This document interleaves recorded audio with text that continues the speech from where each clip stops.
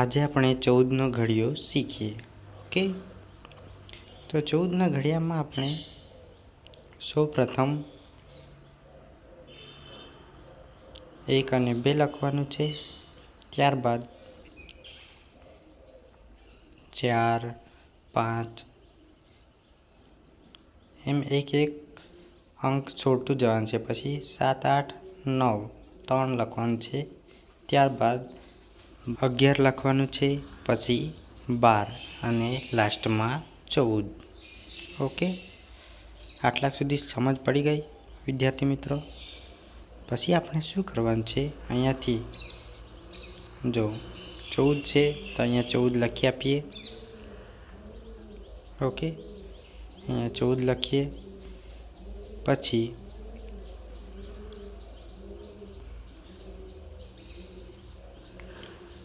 4 + 4 બરાબર 8 થશે.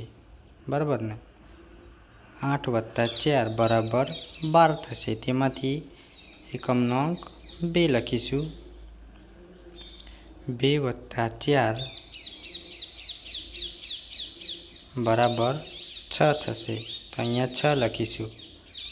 તે જ રીતે 6 + 4 તો 10 થશે. 10 માંથી એકમનો અંક 0 લખીશું. ઓકે, તો અહીંયા 0. આટલા સુધી સમજ પડી ગઈ?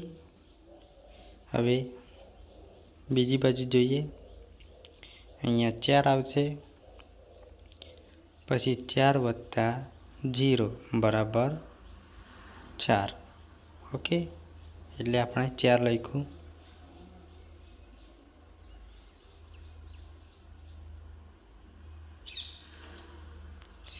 યાદ રાખવું હા વિદ્યાર્થી મિત્રો. ત્યારબાદ આપણે અહીં 4 લખ્યું તો 4માં 4 ઉમેરીએ તો 8 થશે. ઓકે, તે અહીંયા લખીએ 9 સાથે.